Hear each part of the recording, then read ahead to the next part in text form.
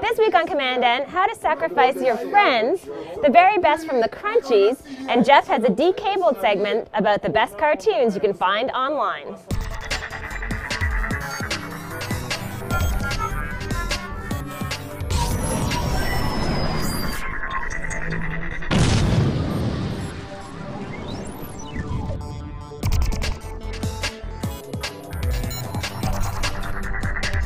Welcome to episode 164 of commandN. I'm Amber. I'm Will Pate. And we're here in Kensington Market in Toronto, which is a great neighborhood if you ever visit our fair city.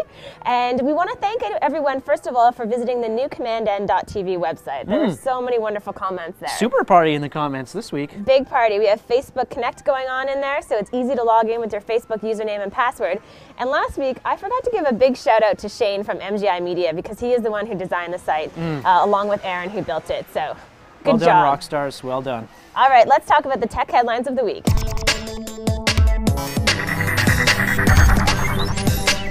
Our headlines this week are sponsored by GoDaddy.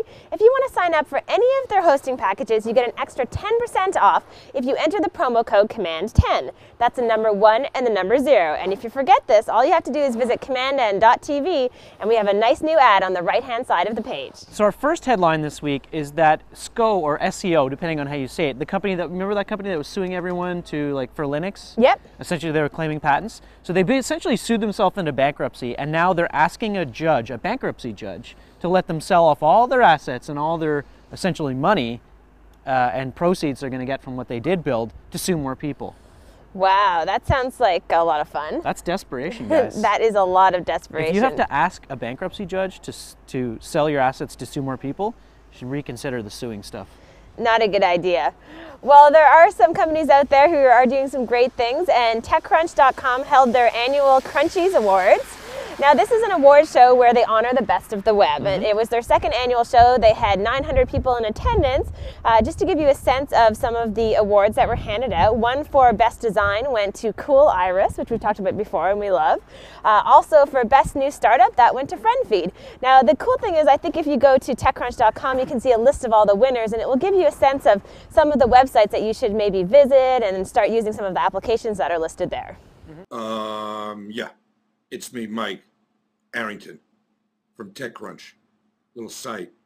Maybe you heard of it. Yeah, this is another story from TechCrunch, and I just love this. This is a 13-year-old kid from Scotland who used WordPress to set up a social network for Scottish people in Scotland and around the world, and he's got a bunch of people on there. They're blogging. It's like a cool social network. I just think it's the coolest thing ever.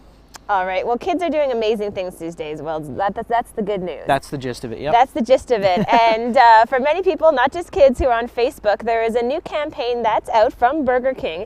It's called Whopper Sacrifice. This is kind of funny. The idea behind it is that you install an application onto Facebook, and if you give up 10 of your friends, you get a free coupon for a free Whopper from Burger King. So the idea is you have to sacrifice your friends. Now, one of my Twitter friends, Andrew, sent me a link to his Flickr account so you see what it looks like. It actually tells you what friends you've given up, so there's a list in your news feed, so they know that you've let go of them. An interesting campaign. I know it's had a lot of compliments from people. A lot of people are also insulted by it, but you know, Burger King is trying to get out there in the press with their social media campaign, and you know, they're out there. I wish you'd crawl back under your rock and stay there. Next up, a company at CES launched a whole line of dishwasher-safe keyboards, mice, and remote controls. Now, the reason they're doing this is something called QWERTY tummy. So what happens is people who shall not be named maybe eat food at their keyboard, perhaps during lunch, and you get food on your fingers, it gets on your keyboard, and then it sits there, and it's like bacteria, and it just grows and grows and grows. It's gross. But you go back the next day or later on, you go to use your keyboard again, it gets on your hands, makes you sick, right? That's QWERTY tummy. So they've got actual dishwasher-safe keyboards you can put in the dishwasher. So I don't have a dishwasher, but if I did, I would use this. I have a dishwasher. I would definitely use that because I'm constantly cleaning out my keyboard because I can't stand when it gets really messy. Show 'em up, you mean? I know, but I tend to eat, you know, with my laptop on my lap sometimes. So I'm sure you guys do it too. Come on, be honest. But that sounds like a pretty cool idea. For the next story, I have to mention this video that went online about a week ago.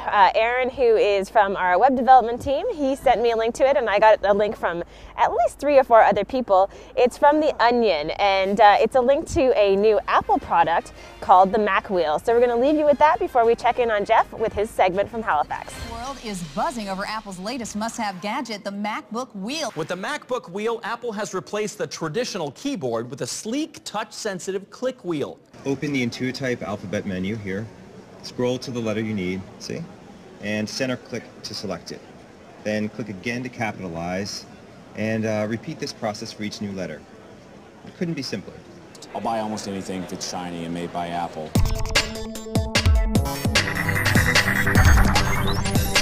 Hi, I'm Jeff MacArthur here with this week's Tech Tips.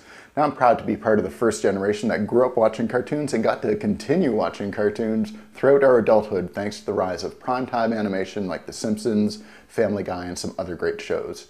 And while it is possible to buy a lot of these shows on iTunes, I also kind of chafe a little bit about paying $2 for a half-hour episode of an animated show. Thankfully, a lot of these series are streamed online, and we'll give you some tips on where to find these.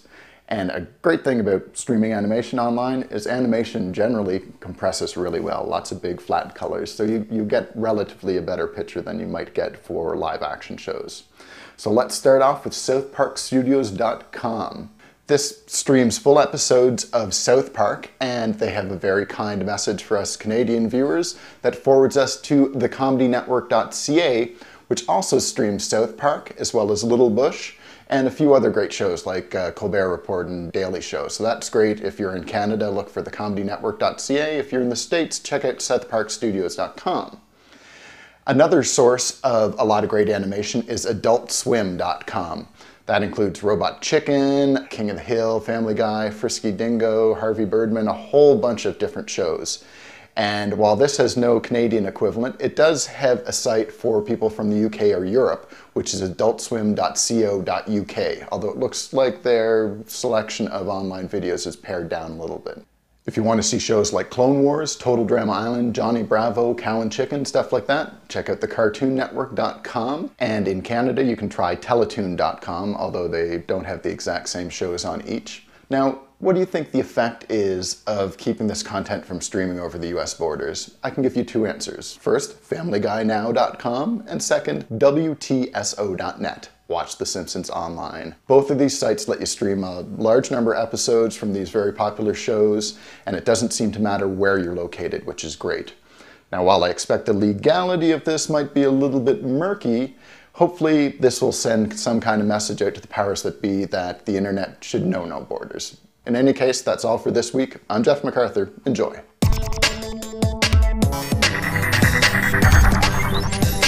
This week's web picks are brought to you by the letter B. What do you have this week, Amber?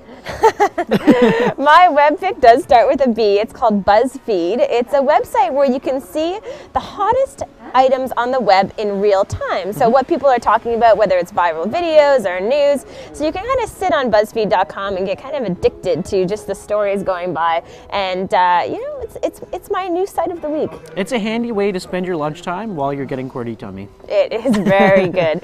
Now, what's your web pick this week, Will? My web pick this week is called BumpTop. They're kind of coming out into beta now. You can sign up for invites. I got my invite to actually download it and try it.